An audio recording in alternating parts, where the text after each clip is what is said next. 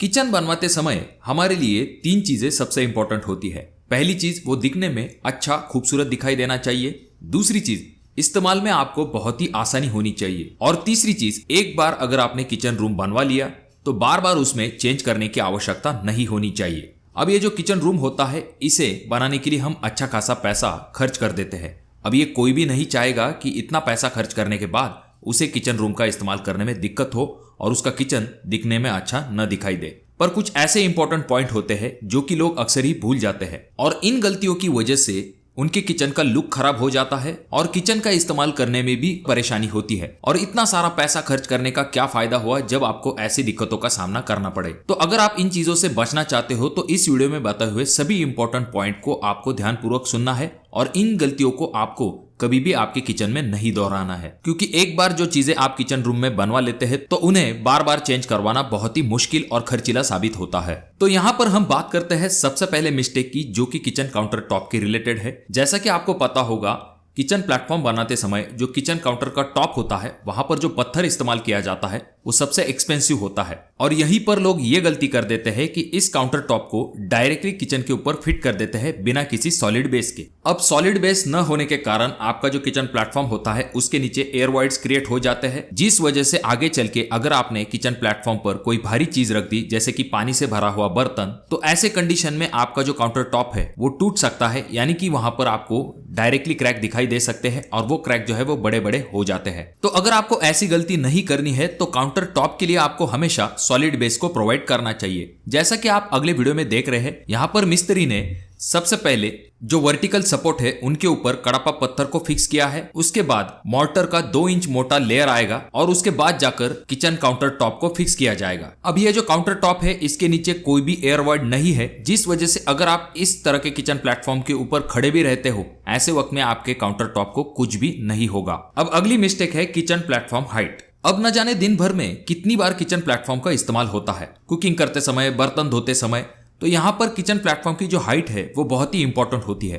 अगर आपने kitchen platform की हाइट कम रख दी तो काम करते समय थोड़ा सा आगे की तरफ झुकना पड़ेगा, जिस वजह से कमर में दर्द हो सकता है। और अगर आपके किचन प्लेटफॉर्म की हाइट जरूरत से ज्यादा है तब भी आपको किचन प्लेटफॉर्म में काम करते समय दिक्कत हो सकती है। तो यहाँ पर सही हाइट को चुनना बहुत ही जरूरी होता है। वैसे तो रेकमेंड किया जाता है कि 33 इंच आपके किचन काउंटर का टॉप होना चाहिए, पर अगर हम प्रैक्टिकली बात करें तो 31 इंच से लेके 32 इंच तक आप किचन काउंटर टॉप की हाइट को रख सकते हैं। यहाँ पर एक छोटी सी ट्रिक मैं आपको बताता हूँ। अब जो हाल फिलहाल में आप किचन प्लेटफॉर्म इस्तेमाल कर रहे हो, उसकी हाइट आपको एक बार जरूर चेक कर लेनी चाहिए कि वो कितनी है और वो आपके लिए कंफर्टेबल है या नहीं। अगर हाइट कंफर्टेबल है तो उस हिसाब से आप नए किचन प्लेटफॉर्म की हाइट को भी रख सकते हो। अब अगली जो मिस्टेक है वो आपके किचन सिंक और हॉब के रिलेटेड है। अब यहाँ पर लोग गलती ये कर देते हैं कि उनका किचन सिंक और गैस स्टोव, इन दोनों के बीच में ज्यादा डिस्टेंस रखते हैं। जैसे कि आपको पता होगा, कुकिंग करते समय आपको बार बार किचन सिंक की आवश्यकता हो सकती है। तो इसीलिए अगर इन दोनों के बीच में ज्यादा डिस्टेंस हो जाता है, या फिर अगर आपने एल शेप किचन काउंटर बनाया है, एक साइड में आपका गैस स्टोव आ रहा है, दूसरे साइड में आपका किचन सिंक आ रहा है, तो ये आपके लिए कुकिंग करते समय बहुत ही असुविधाजनक होता है। तो इस मिस्टेक से बचने के लिए आपको किचन सिंक और हॉब, इन दोनों के बीच में एक प्रॉपर डिस्टेंस मेंटेन रखना चाहिए। जैसा कि आप अगले वीडियो में देख रहे हैं, यहाँ पर लेफ्ट हैंड साइड में किचन सिंक को प्रोवाइड किया गया है और उसके कुछ ही दूरी पर हॉब को प्रोवाइड किया गया है। ये एक एकदम कंफर्टेबल पोजीशन होती है, इसकी वजह से आपको कुकिंग करते समय कोई भी दिक्कत नहीं होगी। तो अब किचन सिंक के बारे में बात ही कर रहे हैं तो जान लेते हैं रूहे कंपनी के बारे में। तो किचन और बाथरूम फिटिंग के सेगमेंट में ये इंडिया का fastest growing direct to customer brand है। तो पहले हम रूहे कंपनी द्वारा बनाए हुए इस चमचमाते हुए हैंडमेड किचन सिंक के बारे में जानकारी लेते हैं। अब किचन सिंक में सबसे पहली चीज जो कि आपको हमेशा देख लेनी चाहिए कि उसकी थिकनेस कितनी है। तो यहाँ पर ये जो हैंडमेड किचन सिंक है, इसकी थिकनेस आपको 1.2 mm तक मिल जाती है। अच्छी थिकनेस होने के कारण ये जल्दी बेंड नहीं होगा। किचन सिंक को फाइनल करते समय स्टेनलेस स्टील की ग्रेड एक इंपॉर्टेंट फैक्टर होता है। तो यहाँ पर ये जो हैंडमेड किचन सिंक है, ये 304 ग्रेड के स्टील से बनाया गया है, जो कि एक बेस्ट ग्रेड मानी जाती है। इस वजह से ये जो स्टेनलेस स्टील सिंक है, इसमें आगे चल के जंग की कोई भी समस्या नहीं होगी। और ये प्रोडक्ट 100% मेड इन इंडिया है। और रही बात इसके वारंटी की, तो रूहे कंपनी आपको 10 साल की वारंटी प्रोवाइड करता है। अब इस किचन सिंक के बैक साइड में आपको लाइट वेट साउंड डेडनिंग फोम लगाया हुआ दिखाई दे रहा होगा, जिसकी मदद से बर्तन धोते समय या फिर पानी का जो आवाज होता है उसे रिड्यूस करने का काम ये फोम करता है। अब जब आप ऑनलाइन ऑर्डर करोगे तो पैकेजिंग में आपको हैंडमेड किचन सिंक के साथ एक स्टेनलेस स्टील सिंक की कपलिंग, पीवीसी वेस्ट पाइप और एडजस्टेबल वेजिटेबल बास्केट भी मिलती है। और इस ब्रांड के अंडर आपको तरह तरह के साइज और मल्टीपल डिजाइन भी अवेलेबल है, जैसे कि single bowl, double bowl, handmade kitchen sink. और इन किचन सिंक को परचेस करने के लिए आप डायरेक्टली रूहे की वेबसाइट को विजिट कर सकते हो। यहाँ पर आपको फ्री शिपिंग अक्रॉस इंडिया मिलती है और यहाँ पर आपको 5% डिस्काउंट भी मिलेगा अगर आपकी ऑर्डर 20,000 से ज्यादा है। यहाँ पर रूहे ब्रांड आपको इजी रिटर्न पॉलिसी भी प्रोवाइड करती है, जिससे कि अगर आपको प्रोडक्ट पसंद ना आए तो आप 30 दिनों के अंदर इसे रिटर्न कर सकते हो। तो देर किस बात की, डिस्क्रिप्शन बॉक्स में लिंक दी है, तो उस लिंक को क्लिक करने के बाद आप अपने किचन के लिए किचन सिंक को परचेस कर सकते हो।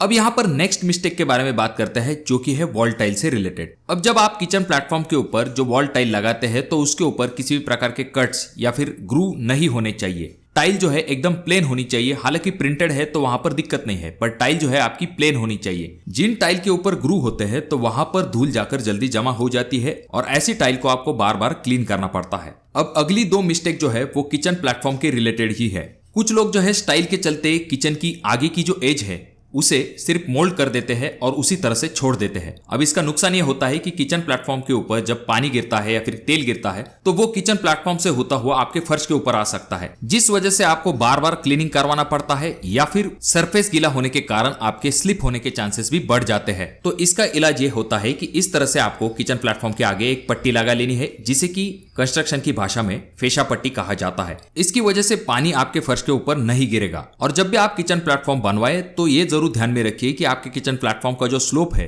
वो हल्का सा आपके किचन सिंक के तरफ होना चाहिए। इससे आपको क्लीनिंग करने में भी आसानी होती है और अगर गलती से पानी किचन प्लेटफॉर्म पर गिर भी जाता है तो वो सिंक के तरफ बहता है। अब यहाँ पर अगली मिस्टेक शटर के रिलेटेड है। पैसे बचाने के चक्कर में लोग कम दाम में शटर को बनवा लेते हैं, जहां पर MDF बोर्ड, पार्टिकल बोर्ड ऐसी चीजों का इस्तेमाल किया जाता है, जो कि बिल्कुल भी लॉन्ग लाइफ नहीं होते हैं और आगे चल के खराब हो जाते हैं। तो इसीलिए जब भी आप शटर बनवाने वाले हैं तो मरीन ग्रेड के प्लाईवुड का इस्तेमाल कीजिए, जो कि लॉन्ग लाइफ होते हैं और पानी का इनके ऊपर जल्दी असर नहीं होता है। और जहां पर आप किचन प्लेटफॉर्म बनाने वाले हैं तो उस किचन प्लेटफॉर्म के नीचे की जो फर्श है उसकी लेवल रेगुलर फर्श की लेवल से थोड़ी सी ऊंची होनी चाहिए, 5 से लेकर 10 mm तक। इसका फायदा यह होता है कि क्लीनिंग करते समय आपके किचन प्लेटफॉर्म के नीचे जल्दी पानी नहीं घुसेगा। और जैसा कि हम रेगुलरली देखते हैं किचन प्लेटफॉर्म के नीचे धूल जाकर जमा होती है, उसे क्लीन करना थोड़ा सा मुश्किल होता है। तो इस ऑफसेट की वजह से जल्दी धूल वहां पर जमा नहीं होगी। और रही बात किचन प्लेटफॉर्म के लिए सबसे बेस्ट स्टोन कौन सा होता है, तो जैसे कि हमने पिछले वीडियो में कंपैरिजन करके देखा है तो ग्रेनाइट एक बेस्ट ऑप्शन आ जाता है